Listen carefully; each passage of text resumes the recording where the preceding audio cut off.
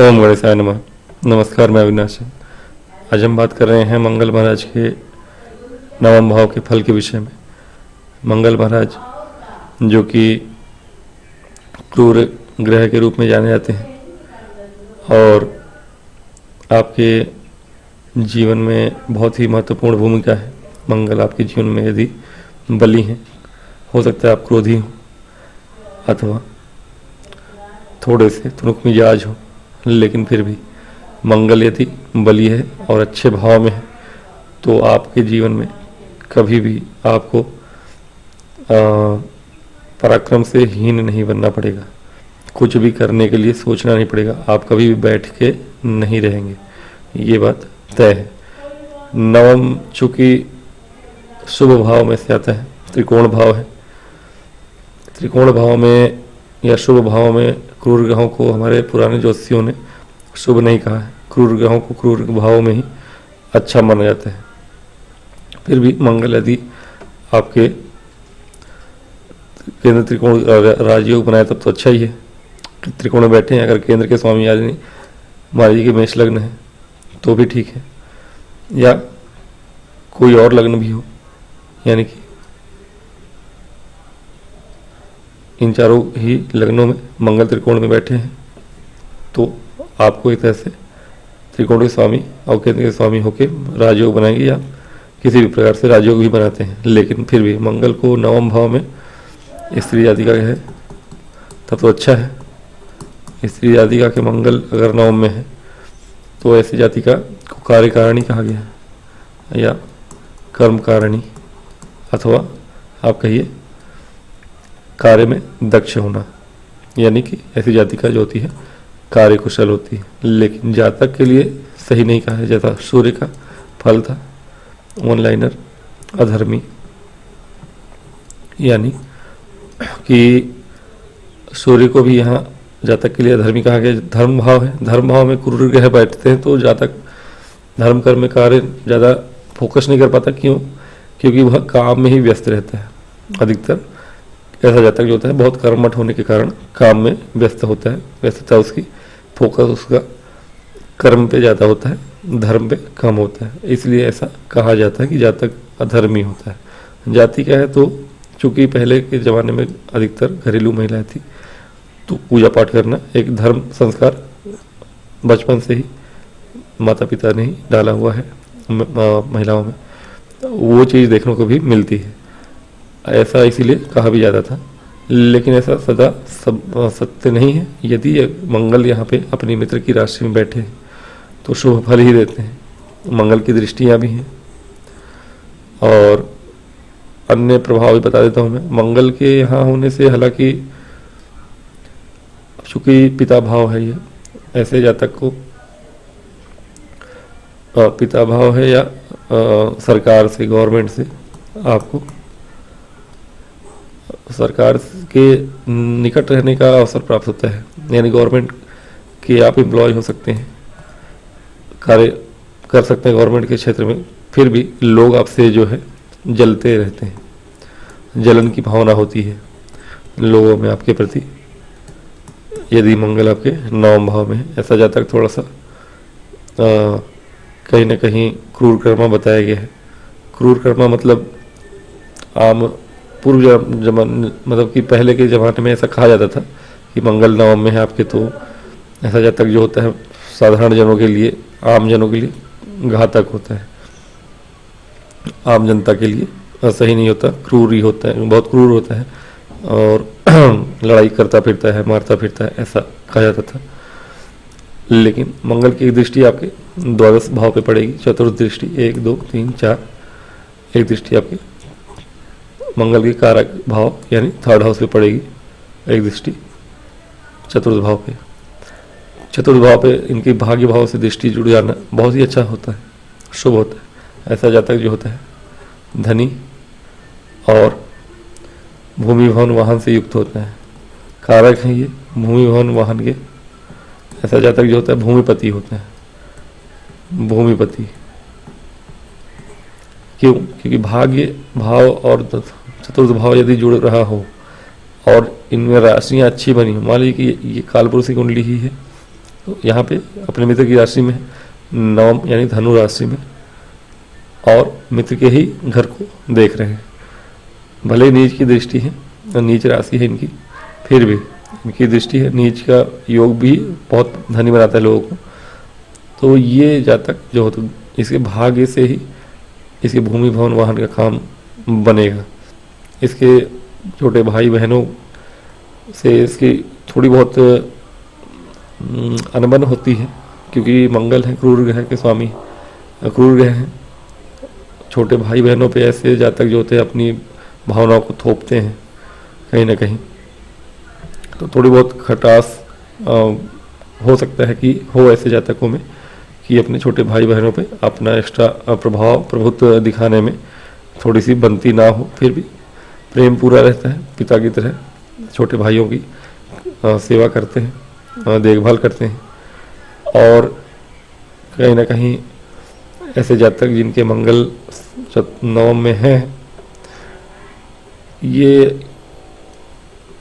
यदि राहु के साथ ना जुड़े हों, राहु के साथ जुड़ना इनका अच्छा माना गया। हमारे पुराने ज्योतिषियों के कहने में जो अवस्थाएं बताई गई हैं, जो 12 अवस्थाएं हैं जिनकी बात करूंगा मैं, उन 12 अवस्थाओं में भी कहा गया कि राहु यदि यहाँ पे हैं और निर्बली हैं, मतलब कि मंगल निर्बली हैं और राहु इनके साथ में है, तो ऐसा जातक जो होता है सारे सुख प्राप्त करता है, धनी होता है। ठीक है, चतुर्थ भाव में इनकी दृष्टि होना अच्छा ही है।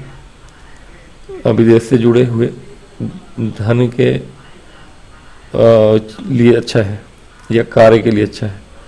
यदि अभी वो देखना पड़ेगा कहाँ के स्वामी होके बैठे हैं, फिर भी यदि मंगल का एक प्रभाव है आपके 12वें घर पे, तो ये हो सकता है कि आप अगर बहुत क्रोधी हैं और मंगल यहाँ सही नहीं है, तो मंगल आपको जेल यात्रा भी करा सकते हैं।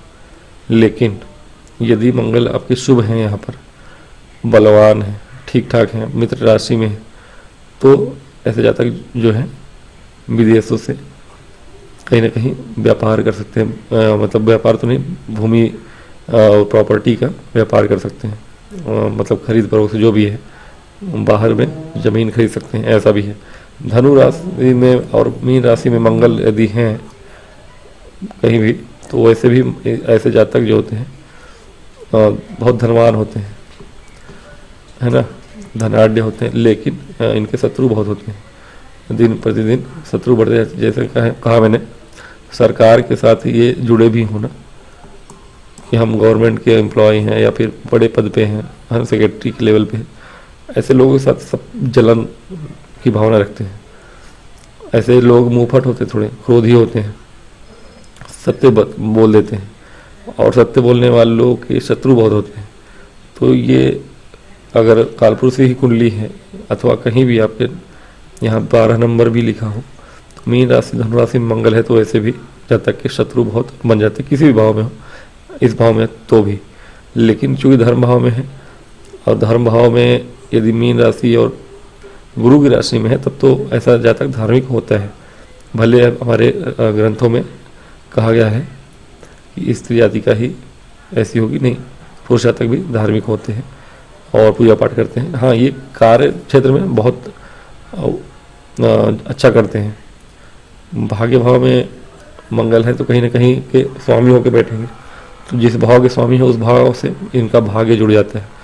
जैसे मैंने बताया, ये चतुर्थ भाव पराक्रम भाव, तो जितना पराक्रम करें उतना भाग्य अच्छा होगा।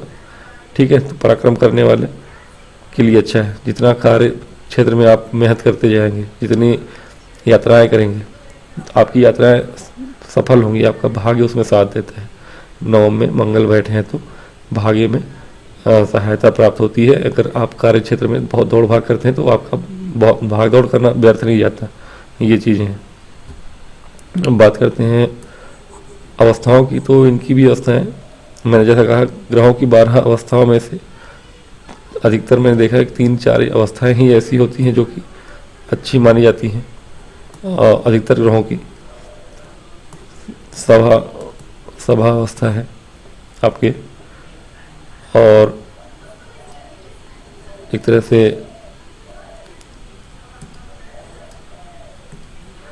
नृत्य लिप्सावस्था है,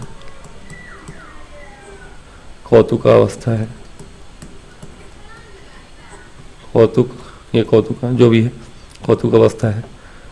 और आपके भोजनावस्था में धनी बनाते हैं, लेकिन उसमें भोजनावस्था में भी कंडीशन होती है। ऐसा जातक जो होता है मीठा खाने का शौकीन होता है, लेकिन क्रूर और बहुत ही क्रोधी स्वभाव, हालांकि अधिकतर भोजनावस्था में बुरा ही प्रभाव बताया गया है, बहुत शुभ प्रभाव नहीं है। लेकिन ये सभावस्था है, नृत्यलिप्सावस्था है, कौतुकावस्था है।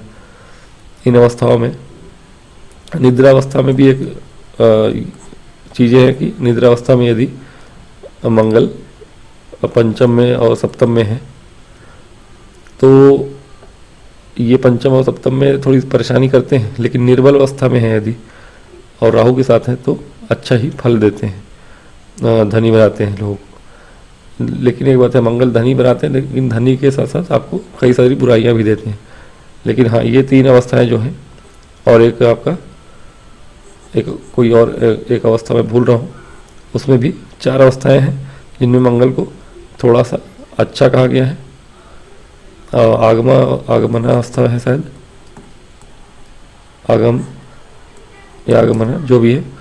तो इन 3-4 अवस्थाओं में ही मंगल शुभ माने गए हैं, अच्छा माने गए हैं, जिसमें कि जब तक सब कुछ अच्छा प्राप्त करता है।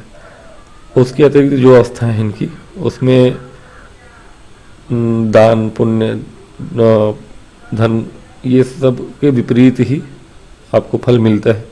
उन सब की डिटेल वीडियो भी मैं बनाऊंगा, सभी के 12 के 12 अवस्थाओं की चर्चाएं करूंगा, जिनमें एक एक करके सभी ग्रहों का उसमें मैं डिटेल बताऊंगा। ये मैंने बस बता दिया है एक संक्षेप में कि ग्रहों की अवस्थाएं होती हैं, और वो अवस्थाएं गणितीय आपके कुछ कैलकुलेशंस करने के बाद आपको पता चलती हैं नक्षत्रों को, और नक्षत्रों के बाद उनके ग्रह के अंशों को गुणागणित करके निकाला जाता है। जो शेष बचता है उस हिसाब से फिर पता चलता है आपका कि किस अवस्था में कौन सा ग्रह बैठा हुआ है। अधिकतर मंगल के विषय में मैंने देखा कि मंगल के जो अवस्थाएं खराब हैं वो बहुत ही दुखदायी होती हैं। या किसी भी क्रूर ग्रह की जो अवस्थाएं हैं वो सही नहीं पाई जाती हैं। जो मैंने अच्छी बताई हैं अवस्थाएं, वो अवस्थाएं अच्छी हैं। हम ये सभा अवस्था हो, आगम लिखा, आगम अवस्था या नृत्य या कौतुक अवस्था, ये 4 अवस्थाओं को छोड़ दें तो बाकी सब में बहुत ही क्रूर बताया गया है।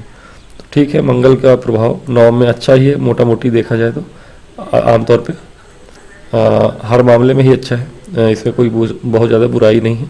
धर्म के मामले में आदमी अगर धार्मिक नहीं भी है तो कोई दिक्कत नहीं है। और लेकिन हाँ, आपके जीवन के दिनचर्या और शैली के हिसाब से मंगल 9 में अच्छे ही हैं, अच्छी राशि में हो तो ठीक है। हम बुरे क्रूर ग्रहों के साथ ना हो तो अच्छा है, नीच के या अस्त व्यस्त ना हो, नहीं तो फिर भाग्य साथ नहीं देता, भाग्यहीन हो जाता है व्यक्ति, और किसी भी कार्य में उसको फिर वो जो मैंने बताया ना, छोटी छोटी यात्राओं में भाग्य साथ देता है। किसी भी मान लीजिए धर्म संबंधी यात्रा हो अथवा या व्यापार संबंधी यात्रा हो, भूमि भवन वाहन संबंधी कोई यात्रा, प्रॉपर्टी के लेन देन की यात्रा हो, विदेश से जुड़े हुए प्रॉपर्टी की यात्रा हो, उन सब में आपको भाग्य का सपोर्ट मिलता है यदि मंगल यहाँ अच्छे हैं। लेकिन यहाँ मंगल अच्छे नहीं है तो वो सब विपरीत होता है, आपका अपोजिट, वो सारी चीज़ें आपका व्यर्थ चला जाता है। अगर आप कहीं जा रहे हैं किसी काम से, किसी डील फाइनल करने जा रहे हैं, वो डील आपका फाइनल नहीं होता, भाग्य आपका साथ नहीं देता, तो ये सारी चीज़ें हैं। तो आज की वीडियो में इतना ही, और अगली वीडियो में फिर से मिलूँगा। तब तक के लिए लाइक करें, सब्सक्राइब करें, निवेदन है।